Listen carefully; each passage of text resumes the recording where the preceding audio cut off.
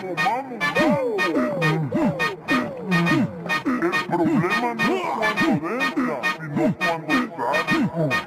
Hijo, usted